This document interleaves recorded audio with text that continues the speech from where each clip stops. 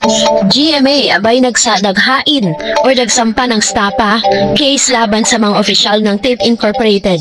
At isa sa mga noong May 22, 2025, isang malaking kontrobersya ang yumanig sa industriya ng telebisyon sa Pilipinas nang magsampa ng kasong stapa ang GMA Network laban sa mga opisyal ng TIP Incorporated.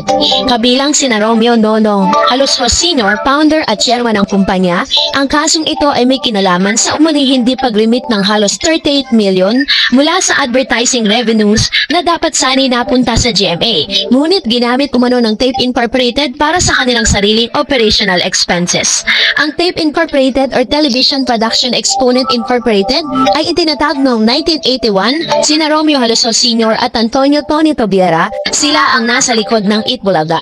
Ang pinakamatagal na noontime show sa Pilipinas sa loob ng mahigit na 4 na dekada ay naging pangunahing mukha ng programa, ang trio na sina Tito Soto, Vic Soto, Joey De Leon, na kilala bilang TBJ. Noong March 2023, nagkaroon ng malaking pagbabago sa pamunuan ng TIP Incorporated nang palitan si Tobiera bilang presidente ng CEO at italaga si Romeo Jonjon Halusos Jr., anak ni Romeo Sr. bilang kapalit. Kasabay nito'y pumasok din ang pamunuan ang iba pang anak ni Romeo Sr. na sina Seth Frederick Bullet Halusos bilang CFO at Soraya Halusos bilang EVP for Production. Dahil sa mga hindi pagkakaunawaan sa bagong pamunuan, kabilang mga plano para sa rebranding ng programa at pagbabago sa mga segment, nagpasya ang TBJ na lisanin ng TIP Incorporated noong May 31, 2023. Kasama nilang nagbitaw din ang mga host at staff ng Itbulaga. Matapos ang kanilang pag-alis, inilunsad ng TBJ ang programang EAT sa TV5 na kalaunan ay muling ginamit ang pangalang Itbulaga. Matapos makuha ang karapatan sa trademark, samantalang ang bersyon ng Itbulaga na naiwan sa GMA ay pinalitan ng pamagat na Tahanang Pinakamasaya na pinangunahan ni Paulo Contis at Isko Moreno. Matapos ang pag-alis ng TBJ, lumutang ang mga ulat ng hindi pagkakaayos sa pananalapi ng TIP Incorporated at ayon sa ilang ulat, umabot umano sa 800 million ang utang ng TIP Incorporated sa GMA. Bukod dito ay may mga ulat din na hindi nabayarang talent fees sa ilang mga artista at staff. Sa gitna ng mga isyong ito, nagsampa ng kasong staffa ang GMA Network laban sa mga opisyal ng TIP Incorporated dahil sa umano'y hindi paglimit ng 37,941,352.56 centavo mula sa advertising revenues. Ayon sa GMA, ang halagang ito ay dapat sanang naipasa sa kanila, ngunit ginamit umano ng TIP Incorporated para sa kanilang sariling operational expenses. Sa kabila ng mga kontrobersya, inanunsyo ng TIP Incorporated noong September 2024 na ang kanilang pagbabalik matapos ang isang corporate restructuring. Ayon sa kanila, layunin nilang ipagpatuloy ang produksyon ng mga programa para sa telebisyon at online platform. Pati na rin ang pamamahala sa talento at iba pang proyekto. Gayunpaman ay nananatiling hamon para sa TIP Incorporated ang pagharap sa mga kasong legal at ang pagbawi ng tiwala ng publiko.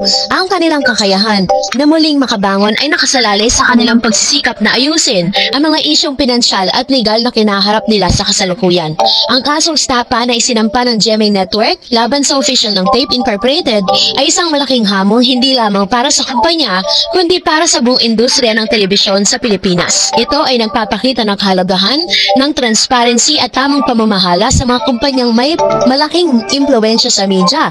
Habang patuloy ang mga legal na proseso, umaasa ang publiko na ang katarungan ay mananaig at ang mga aral mula sa insidenteng ito ay magsisilbing gabay para sa mas maayos na pamamalakad sa hinaharap. Sino-sino nga ba ang nasasakdal or kabilang sa mga isinampang kaso ng GMA laban sa TIP Incorporated? Una na dito si Mr.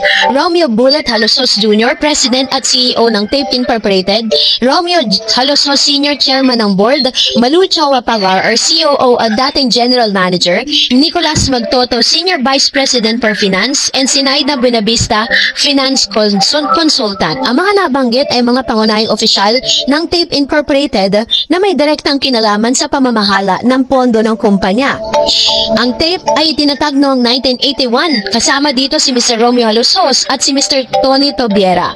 At sa loob ng ilang maraming taon sa Itbulaga, ang Itbulaga ay pinalabas sa GMA Network. So sa ngayon ay nananatili pa rin tahimik, no, ang kampo ng Halusos at ng TIP Incorporated patungkol sa isyong ito. Samantalang matapos ng pansamantalang iwan itong si Tito Sen ang kanyang pagiging isa sa main host ng Itbulaga sa TV5 ay nagsalita na po siya patungkol sa mga aligasyon na tila baga nagsasabing iiwan niya ng Itbulaga matapos po siyang manalo bilang isa sa mga senador sa Pilipinas. Nakabalik na sa Itbulaga ang nagbabalik na Senado na si Tito Soto nitong Sabado. Bago umupo bilang tagapagbantay ng segment sa Gimme 5, laro ng mga estudyanteng henyo, ay nagpasalamat muna si Tito Sen sa lahat ng Dabber Cats na tumulong sa kanya, pati na rin sa dalawa raw niyang magagaling na campaign manager na sina Vic Soto at Joey De Leon. Nangako rin ang dating Senate President na kahit magiging super busy raw siya sa pagtatrabaho sa Senado ay hindi raw niya makakalimutan at iiwan ang Itbulaga. Say pa ni Tito Sen, walang magbabago, mas malawak pa ang pagtulong at pagmamahal ko sa inyo araw-araw. Obvious na super proud ang mga kasamang OG Dabber Cats sa pagkapanalo ni Tito Sen. Free next nga ni Big at Joey na si Tito Sen lang ang nag-iisang senador na nahalal ng 5 beses. Chika pa ni Bossing Big kung ang basketball game 5th championship nga raw ang pagkapanalo ng TV host politician dahil sa palaging winner ito sa pangtumatakbong senador. Samantalang nagkaroon din ng victory party sina Tito Sen itong Biyernes sa Hard Rock Cafe sa ESMA Maison in Conrad Hotel kasama ang pamilya, mga kaibigan at buong Dabber Cats family. Sa totoo lang, mas bongga talagang Itbulaga pag kumpleto ang TBJ. So dahil po sa mga statement na inilabas nitong si Tito Sen ay pinapaunawa niya sa lahat ng mga Dabber Cats na kahit sobrang hectic at busy sa kanyang magiging panibagong trabaho dito sa Senado ay mananatili pa rin siyang Dabber Cats at hindi niya iiwan ang Itbulaga. So that's it for today. For more videos and updates, please don't forget to like and subscribe, and please don't forget to follow my Facebook page, Dar Eds TV. God bless everyone!